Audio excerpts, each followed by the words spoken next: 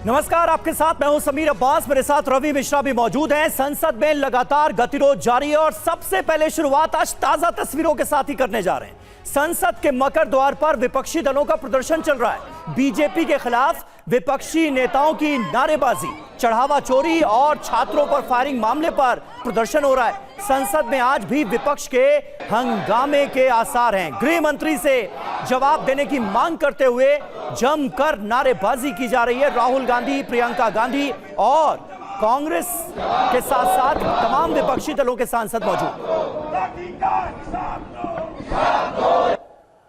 एक मांग तो यह है कि राम मंदिर का चढ़ावा चोरी करके भारतीय जनता। और आइए सीधे रुख करते हैं संसद की कार्यवाही का। श्रीमान गजेंद्र सिंह शेखावत जी, श्री दिलीप गावित ने स्वर्ण तथा श्री मोहम्मद बासिल ने रजत पदक जीता है। श्री मुरली शंकर ने रजत पदक जीतकर भारत का गौरव बढ़ाया है। मैं सदन की ओर से देश का मान बढ़ाने वाले सभी खिलाड़ियों, उनके कोच एवं टीम इंडिया को हार्दिक बधाई, शुभकामनाएं देता हूं। प्रश्नकाल।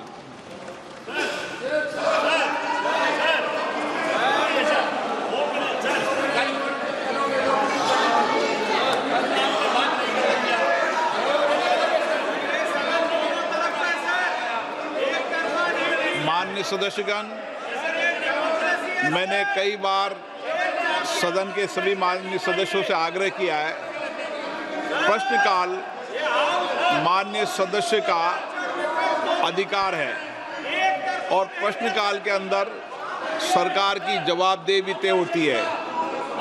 मैंने ये सदन के माध्यम से भी और फ्लोर लीडरों की मीटिंग में भी आप सबसे आग्रह किया है कि सदन में प्रश्नकाल के अंदर सदन को बाधित नहीं करें। प्रश्नकाल महत्वपूर्ण समय होता है, सदस्यों को सवाल उठाते हैं, सरकार की जवाबदेही होती है। आप प्रश्नकाल नहीं चलाना चाहते, प्रश्नकाल बाधित करना चाहते हैं, सदन की कार्रवाई आज 2 बजे तक के लिए स्थगित की जाती है। Department related parliamentary standing committee on external affairs. Birla की तरफ से बार बार यह कहा गया कि क्या आप सदन की कार्यवाही नहीं चलने देना चाहते हैं, प्रश्नकाल चल रहा है और फिर भी हंगामा बंद नहीं हुआ तो लोकसभा की कार्यवाही को स्थगित कर दिया गया है। 2 बजे तक लोकसभा की कार्यवाही को स्थगित कर दिया गया है। दिनेश गौतम हमारे संवाददाता हमारे साथ इस वक्त मौजूद हैं, हमारे सहयोगी। दिनेश, कुल मिलाकर हर रोज लगभग एक सी तस्वीर इस वक्त देखने को मिलती है। 11 बजे संसद की कार्यवाही शुरू होती है। लोकसभा में बार बार स्पीकर की तरफ से प्रश्नकाल की बात कही जाती है कि जो भी आपको कहना है, जो भी चर्चा करनी है वो आप बाद में कीजिएगा, अभी प्रश्नकाल चल रहा है। विपक्ष का हंगामा रुकता नहीं और कार्यवाही को स्थगित करना पड़ता है। कई अहम सवाल जिनके जवाब सत्ता पक्ष से लिए जा सकते थे, उनकी नौबत ही नहीं आती।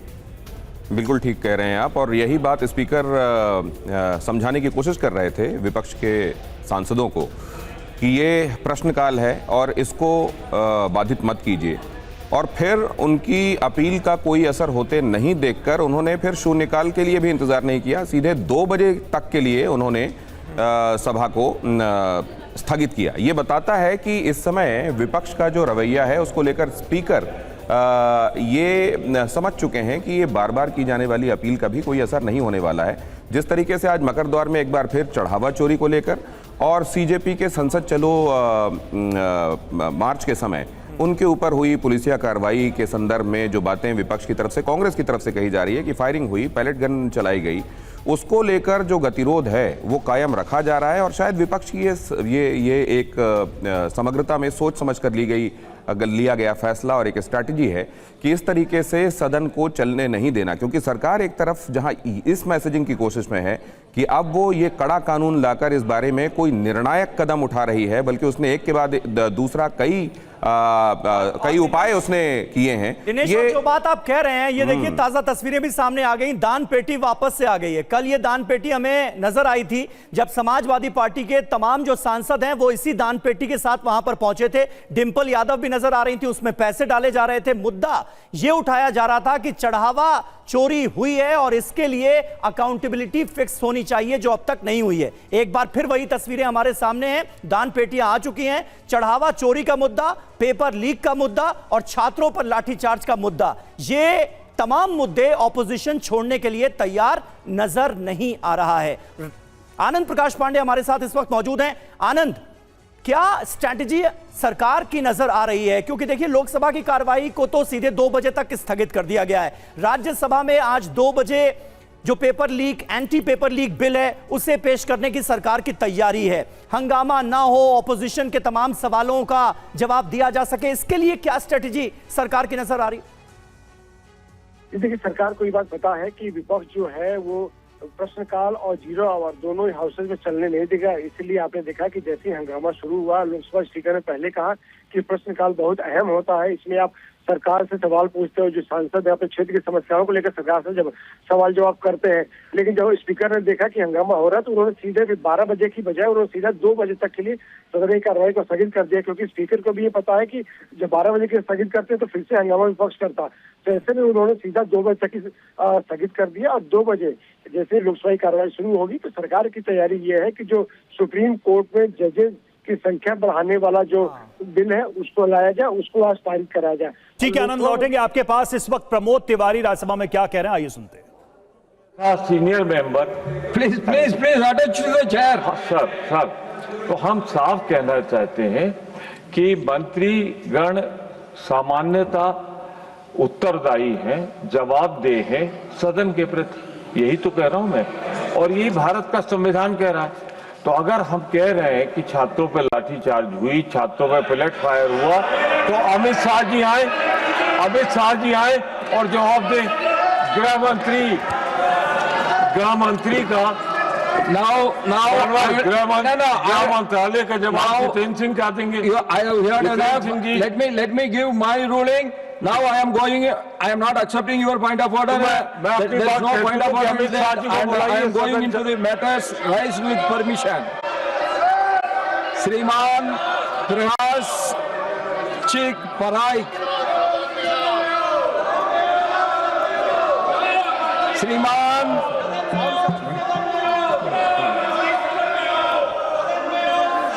माननीय सभापति महोदय, मैं पश्चिम बंगाल के अलीपुरद्वार जिले में स्थित हासीमारा हवाई अड्डे से के संबंध महत्वपूर्ण जनहित में एक विषय सदन उठाना चाहता हूँ। हासीमारा सामरिक दृष्टि से अत्यंत महत्वपूर्ण स्थान है, जो भूटान सीमा तथा कॉरिडोर के निकट स्थित है। वर्तमान में इस क्षेत्र के लोगों को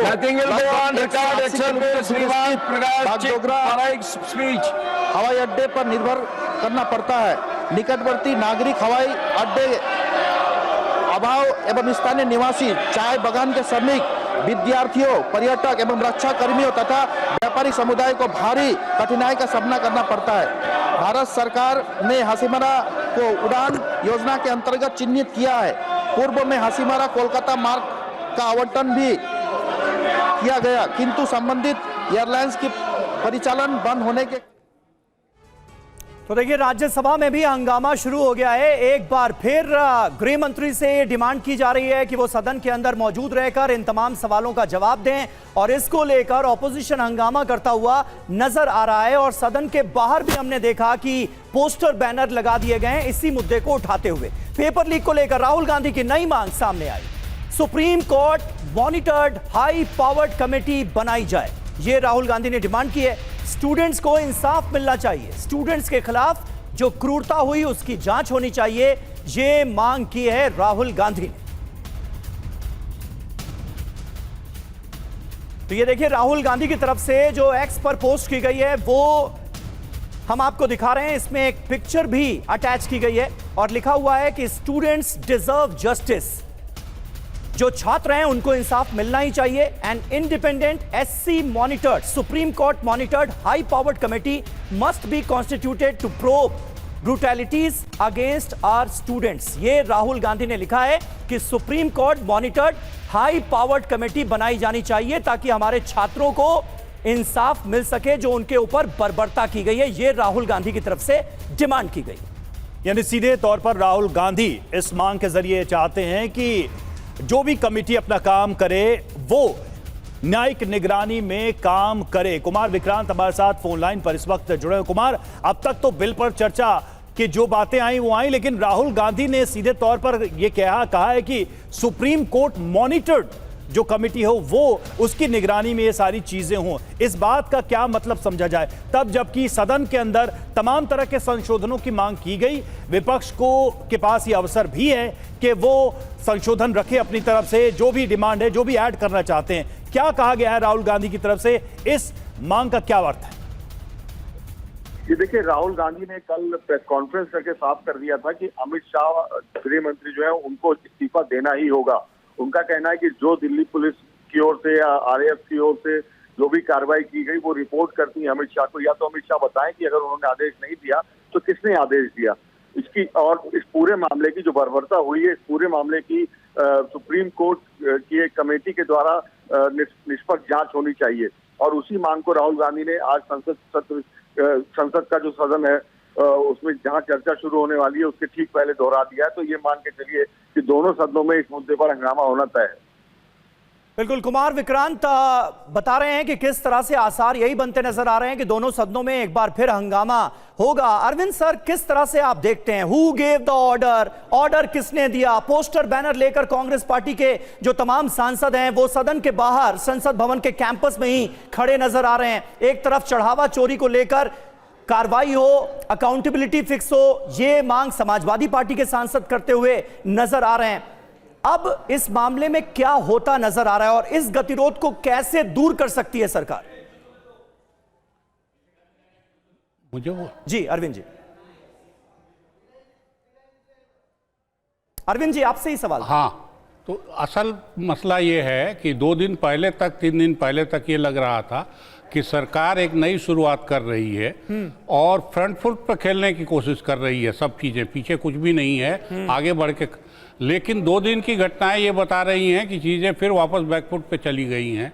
और अपोजिशन के लिए अच्छी बात यह है अभी आज के तारीख में कि उसकी ताकत जो भी है या फैक्ट से उनको जो मदद मिल रही हो, बाहर अभी भी आंदोलनकारी बच्चों का पूरा जमात इस इंतजार में बैठा है कि सरकार क्या पहल करती है और अपोजिशन क्या मांग करता है। वो दबाव मुझे लगता है कि सरकार महसूस कर रही होगी और वो ताकत अपोजिशन महसूस कर रहा है कि हमारे पीछे अभी ये बच्चे हैं, कल को जरूरत पड़ी।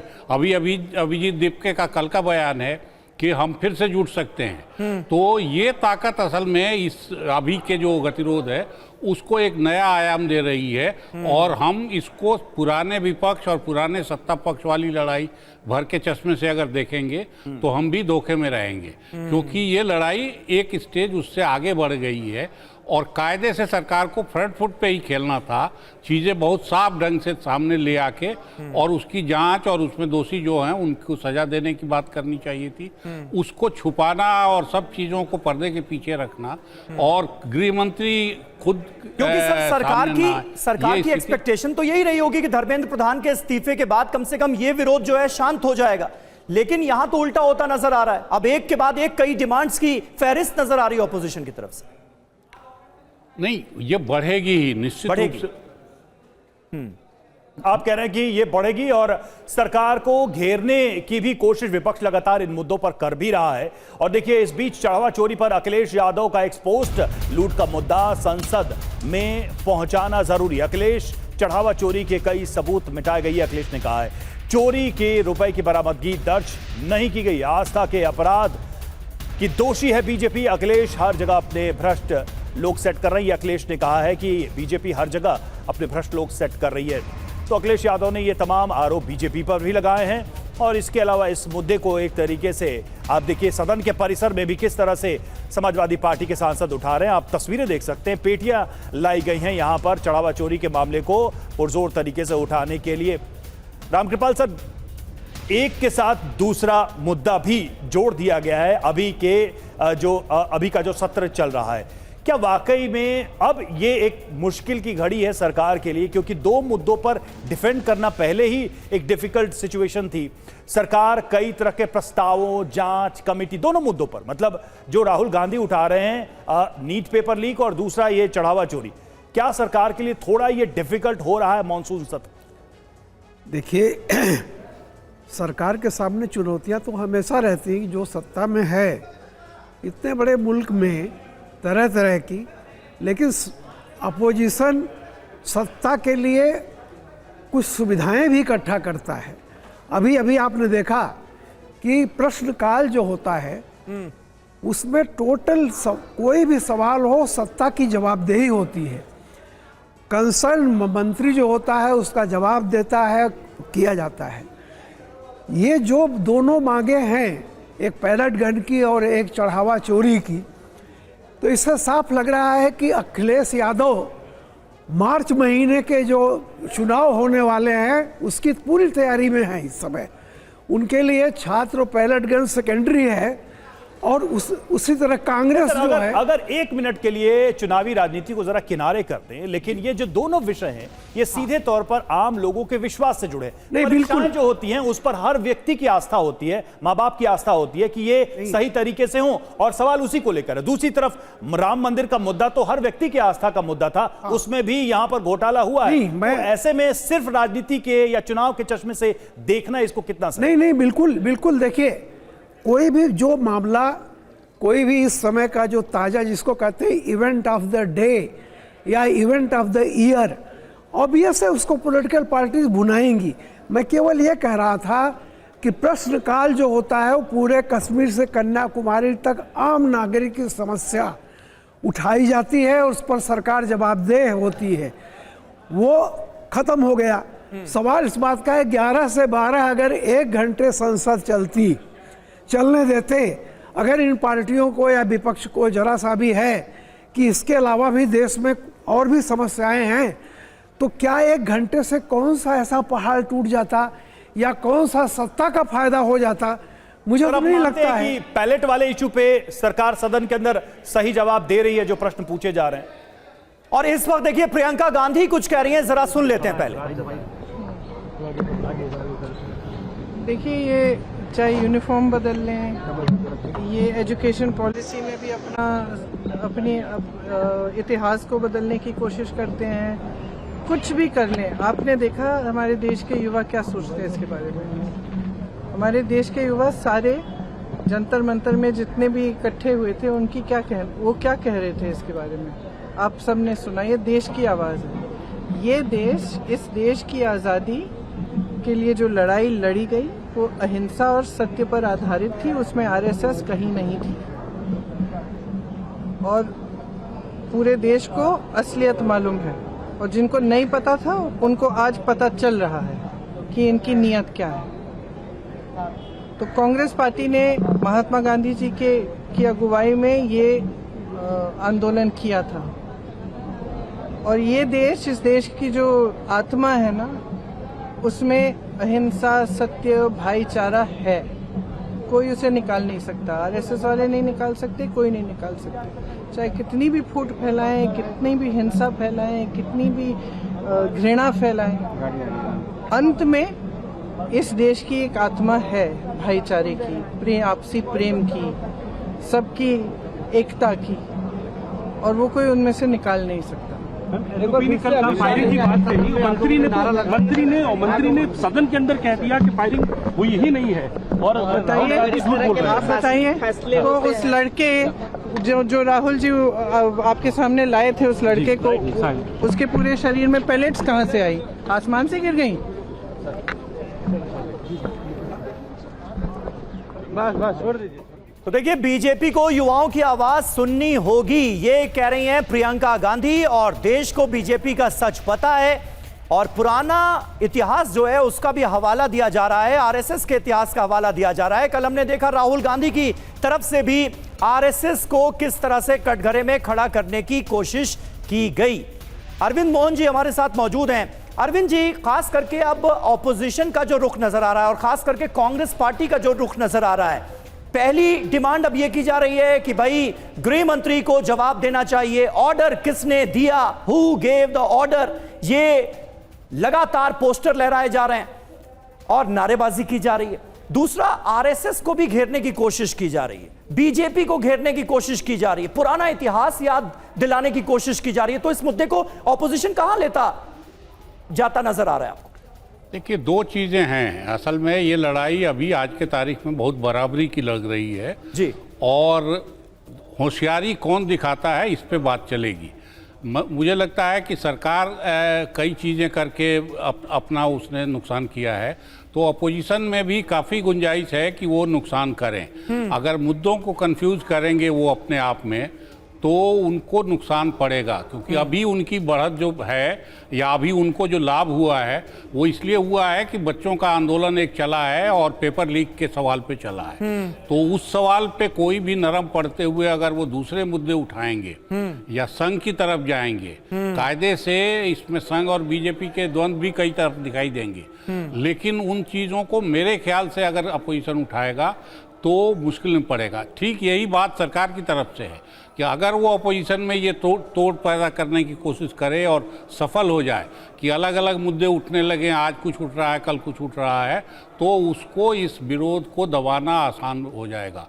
फिर वो जो छोटी बारीक चीज़ों पे बात आई है उस पे से सबका ध्यान हट के फिर मोटी चीज़ों पे ये बहुत ही महत्वपूर्ण पॉइंट है। ये देखना जरूरी है कि कौन होशियारी से अपनी गोटी चलता है और कौन बेवकूफियां करता है। बहुत महत्वपूर्ण पॉइंट है कि अभी मौजूदा जो विषय है, अगर उससे इसको बड़े विषय की तरफ विपक्ष ले जाता है तो क्या वाकई में उसका कोई फायदा हो पाएगा उनको, या फिर यह विषय ही भटक जाएगा। जिस पेपर लीक, जिस नीट परीक्षा की बात हो रही है, बच्चों के भविष्य की बात हो रही है, और देखिए पेपर लीक पर संसद से सड़क तक हंगामा मचा हुआ है। विपक्ष नीट को लेकर बीजेपी पर हमलावर है, तो बीजेपी पंजाब पेपर लीक का मुद्दा उठा रही है। दिल्ली में अभी बीजेपी का प्रदर्शन हो रहा है। दिल्ली में आम आदमी पार्टी के मुख्यालय के बाहर पंजाब पेपर लीक पर बीजेपी का प्रदर्शन जारी है।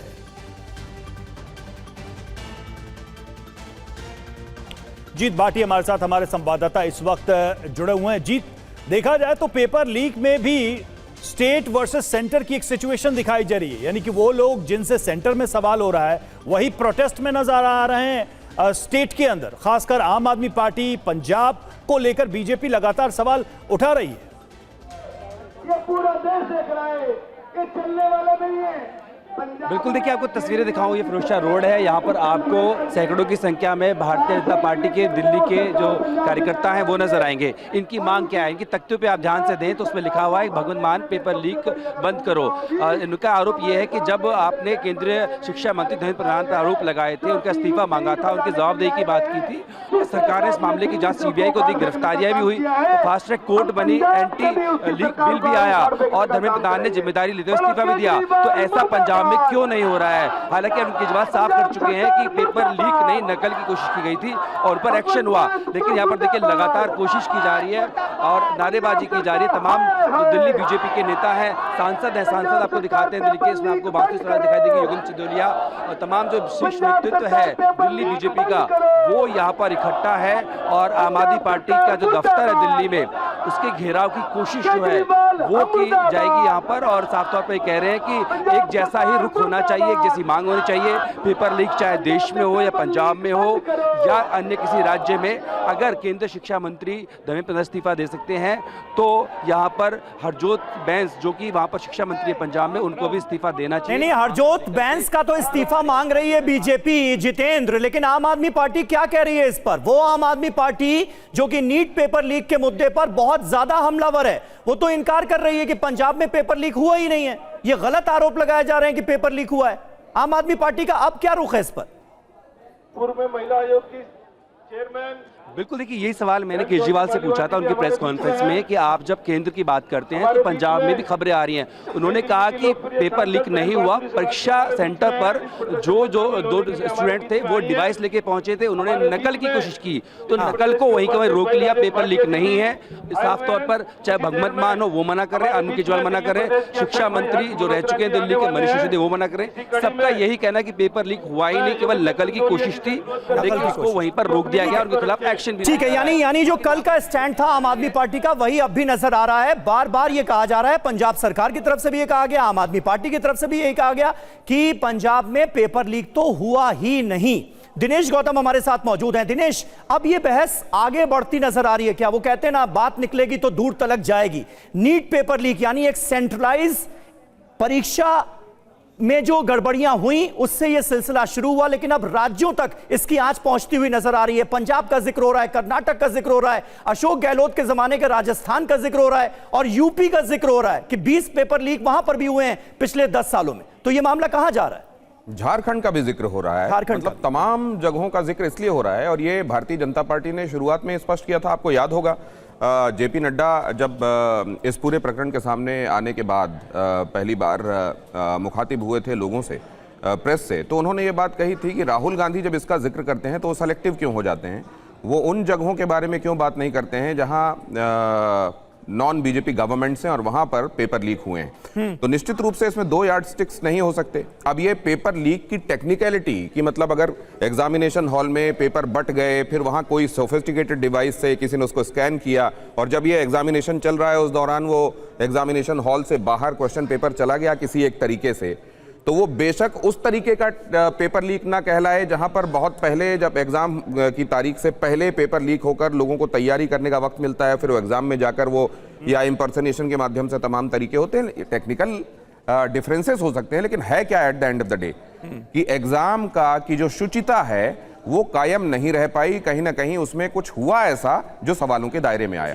तो अब अगर ये कहा जा रहा है यहाँ पर, अगर आपने इसको ये कहते हुए कि लेजिटिमेट मांग है और इस्तीफा देना चाहिए एजुकेशन मिनिस्टर को, तो ये बात उन जगहों पर भी क्यों लागू नहीं होगी जहां बीजेपी की सरकार नहीं है?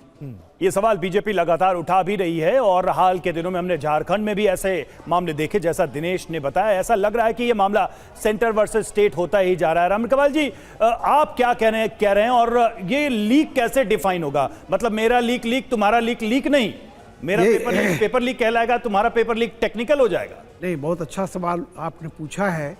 अभी अभी अरविंद भाई ने एक बात कही थी, कहा था कि विपक्ष अगर राजमार्ग पर चलता हुआ दिखाई पड़े तब तो ठीक है, और अगर वहाँ से अलग अलग राहें पकड़ ली तो ये विपक्ष की कमज़ोरी होगी। अभी आपने जो दिखाया दिल्ली में, देखिए साफ साफ है, राहुल जी पैलेट गन के पीछे हैं, या प्रियंका जी कह रही इस पे होना चाहिए। अखिलेश जी की पार्टी बाहर जो है वो अयोध्या को नहीं छोड़ रही है, चोरी।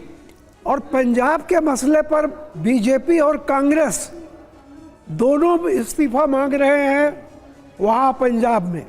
यहाँ दिल्ली में पंजाब के मसले पर बीजेपी और कांग्रेस में एकता है, यानी सवाल एक है, दोनों के कॉमन है। तो आप खुद देख लीजिए कि ये जो दिल्ली से तिराहा शुरू हो रहा है। लेकिन मुझे हैरानी इस बात की होती है, शिक्षा का मामला समवर्ती सूची का मामला है, इसमें राज्य और सेंटर दोनों के अधिकार है, जहां सहयोग होना चाहिए केंद्र और राज्य का टकराव हर जगह दिख रहा है। देखिए, ईमानदारी की बात तो यह है, शिक्षा जो है वो राज्य का सब्जेक्ट है और अभी तक यही रहा है। लेकिन जिस तरह से चीजें डेवलप हो रही हैं और जिस तरह से सारी चीजें जा रही हैं, मुझे बहुत हद तक ये लगता है कि हालांकि इतना आसान नहीं है कि शिक्षा का भी केंद्रीकरण हो जाएगा चलते चलते धीरे धीरे। बहुत सारी, देखिए इसमें बहुत जोखिम भरा चीज़ें हैं। अभी जैसा कह रहे थे दिनेश जी कि लीक होना, कितने मिनट पहले लीक होना माना जाएगा? भाई, आज की दुनिया में जहाँ एक एक सेकंड में चीज़ें चली जाती हैं, अगर 10 मिनट पहले भी पेपर कहीं से ट्रांसमिट हो गया तो भी फिर लीकेज ही है। वो लीक हुआ है, और कल भगवंत सिंह मान ने इसको माना भी है कि हाँ ये हुआ है। अब ये कहना कि नहीं साहब थोड़ा हुआ है, पूरा नहीं हो पाया है, तो सवाल इस बात का है कि जब ये चीज उठेगी जी, बात निकलेगी तो दूर तक लग जाएगी। बिल्कुल सही बात है सर, कम से कम बात निकल तो रही है, शिक्षा व्यवस्था में सुधार की बात हो तो रही है, वरना आम जनता की इस देश की यही शिकायत रही है कि शिक्षा और स्वास्थ्य पर सबसे ज्यादा काम की जरूरत है, लेकिन इस पर चर्चा ही नहीं होती। बहरहाल राज्यसभा का रुख करते हैं, जेपी नड्डा इस वक्त क्या कह रहे हैं जरा सुन लेते हैं। आपने हमेशा हर मुद्दे पर चर्चा करने के लिए तैयार रही है, और जब जब जिस विषय पर चर्चा हुई है उस पर विपक्ष ने मुंह की खाई है, उसको मुंह तोड़ जवाब मिला है, क्योंकि उनके पास कोई मुद्दा नहीं है, वो मुद्दा विहीन है, दे आर इशूलेस। आज भी सुबह से जब हम जो उन्होंने कहा था कि डिस्कशन होना चाहिए, आज जितेंद्र सिंह जी दोपहर में 2 बजे से वो डिस्कशन करने वाले हैं, वो बिल आ रहा है, उस पर चर्चा होगी। लेकिन इनकी आदत है कि ये हमेशा गोल पोस्ट चेंज करते हैं। मैं विपक्ष की भूमिका की तीव्र भर्त्सना करता हूं, निंदा करता हूं और इस संसद के माध्यम से देश को इस बात का संदेश देना चाहता हूं कि मोदी जी के नेतृत्व में चलने वाली सरकार हर विषय पर चर्चा करने के लिए तैयार है। विपक्ष जो है वो गैर जिम्मेदाराना व्यवहार कर रही है, यह ध्यान में रहे। श्रीमान बाबूराम निषाद जी। बहुत बहुत धन्यवाद माननीय सभापति जी। मेरा फोटो आज मैं